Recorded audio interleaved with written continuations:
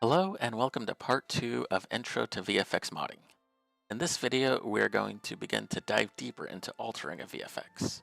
To start with, I wanted to give a brief description of each of the elements in a VFX or each of the tabs you see listed here. Particles are the primary base object in a VFX. They represent a 3D object or a 2D object projected in a 3D space. I find it difficult to explain how each of these particles operate, but there will be a guide in the video description for more information. Early on, I found it best to simply look through many different VFX to get a feel of what each one can do, because a few of them can produce the same effect while operating a little differently.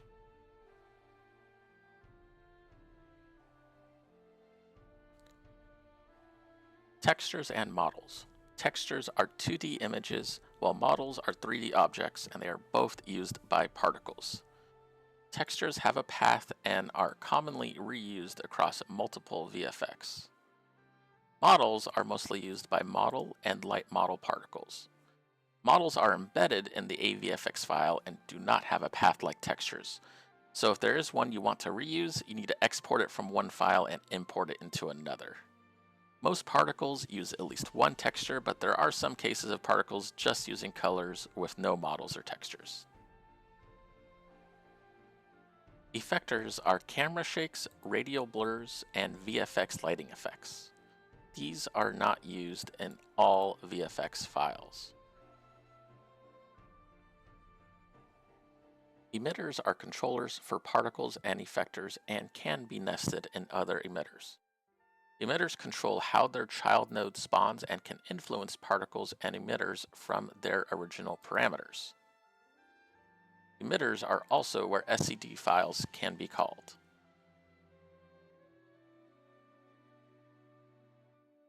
Timelines control the spawning of emitters and binder assignments. Binders control the location settings for emitters as well as some scaling options. These can be set for all emitters in a timeline, or they can be set for individual emitters. Schedulers control the start and timing of timelines and triggers. Not shown on the graphic are triggers, kill clips, and other elements that are used in Loop VFX. I'll try to cover some of these in a later video. Now let's try a more in-depth swap. I'll be using Holy Circle again as the replace, and the load at this time I'll be using Nofika. Since I already looked at these recently, I'm just going to grab these from the recent tab instead of searching for them.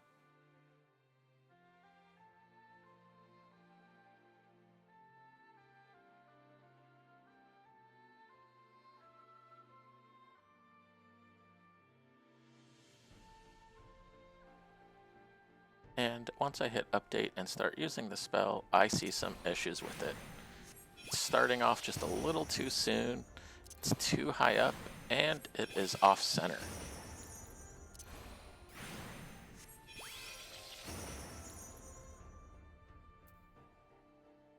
First, I'm going to start at the binders. There are 2 point binders, and I'm not going to change that aspect of them.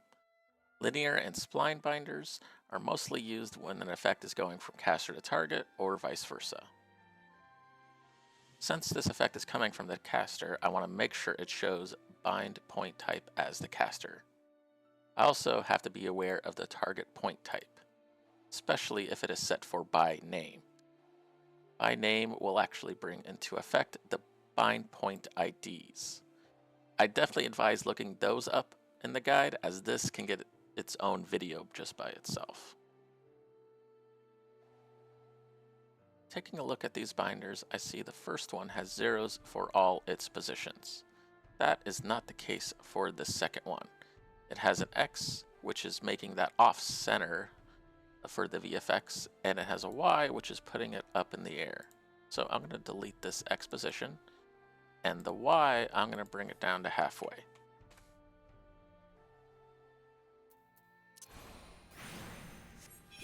When I test it, I now see it's centered with the character, and it's at a much better height for what I want. Now to changing the timing of the VFX. I think I want it to start about half a second later, so that's 15 frames ahead. There are a few ways to go about this. I can go into the timeline and simply drag each of the emitters 15 frames ahead. But the more efficient way I can do this is to simply go into the scheduler and add 15 onto the start time.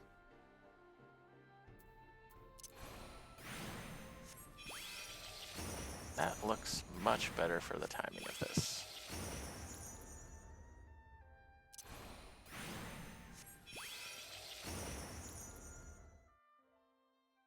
For this last part of the demo, I'm going to say this VFX is a bit too flashy and I want to tone it down a bit. To start with, I'm going to figure out what each emitter controls. To do that, I'm going to spawn them one at a time, have all but one disabled, and kind of go through and just see what controls what, just to get a better idea of how it all comes together.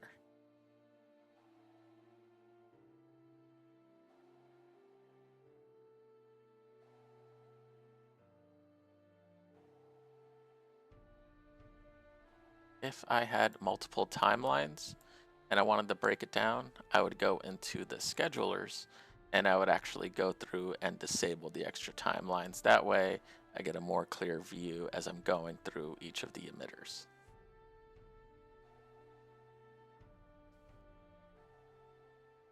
Okay, after going through all the emitters, I think I just want to get rid of emitter 1, and I want to break down some of the effects in emitter 3.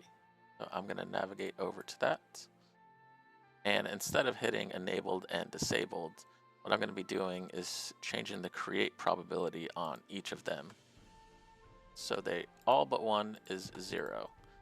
That'll let me see what each of these does, get a better idea of how they all look.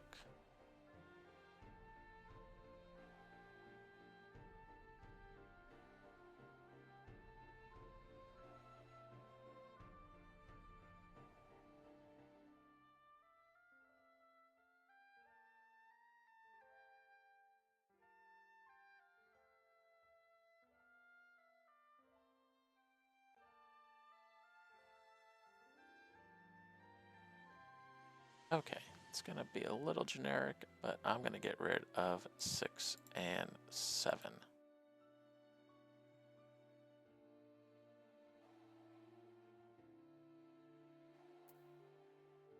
Now that I finished removing all the parts I don't want, I'm going to have everything re-enabled and I will test it again.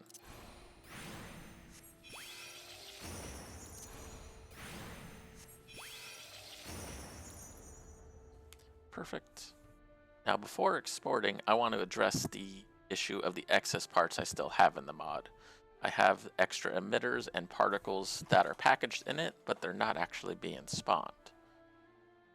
Now I can go through the particle list and the emitter list and manually remove them, but we actually have a tool built in for that. It is under Edit and it is Clean Up. When I use that, I'll see a notification pop up in the bottom right of my screen, which will tell me how many nodes it has removed. This isn't a requirement, but it's just a good general housekeeping thing for making sure your mods aren't too bloated.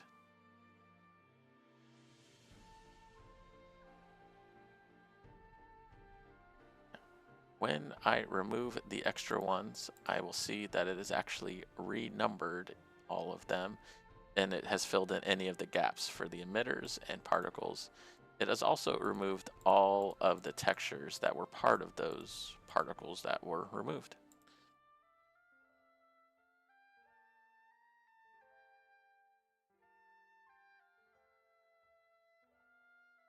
And that concludes the second part of Intro to Modding. If you have any questions, there will be some Discord links in the description of this video, as well as some helpful guides. Thanks for watching.